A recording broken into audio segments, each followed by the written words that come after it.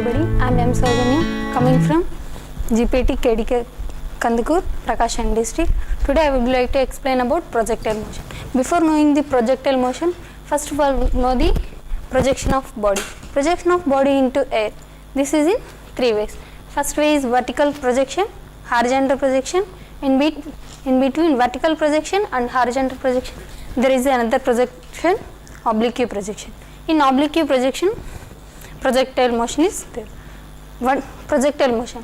Projectile motion is the projection of a body or a path of a body traced by a body into a plane and javelin throw and etc.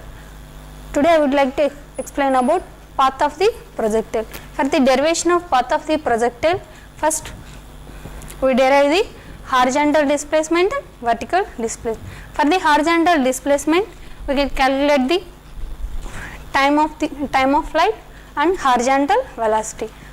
Horizontal displacement is equal to the horizontal velocity and time taken by the body.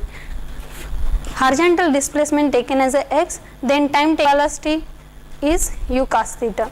So horizontal displacement x is equal to u cos theta into t. From that we get the time of flight. Time of flight small t is equal to x displacement by horizontal velocity, small t by x u cos theta. This is taken as equation number 1.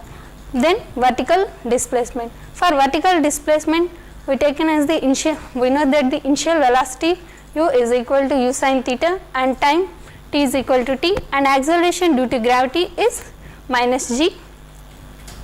Then these all values are substituted in the equation, kinematic equation. S is equal to ut plus half gt square, where s is the vertical displacement taken as y. Therefore y is equal to ut minus plus half gt square, in the place u sin theta into t plus half into minus g into t square. This is taken as equation number 2.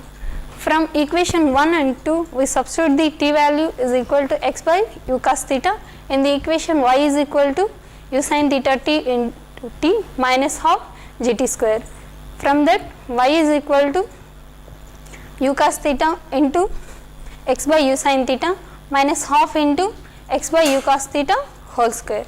From this we get y is equal to tan theta into x minus half g by 2 u square into cos square theta. From this equation we taken as tan theta is a variable constant quantity taken as capital X. So tan theta is equal to a capital A, and g by 2 u square cos square theta is also a constant, then it is taken as capital B. Then this equation will be y is equal to ax minus bx square, where a, b and the constants called as written as a is equal to tan theta and b is equal to g by 2 u square cos square theta. These are the constants, and x is the variable quantity that is called horizontal displacement. So final equation is the y is equal to ax minus bx square. This equation represents the parabolic shape. Therefore the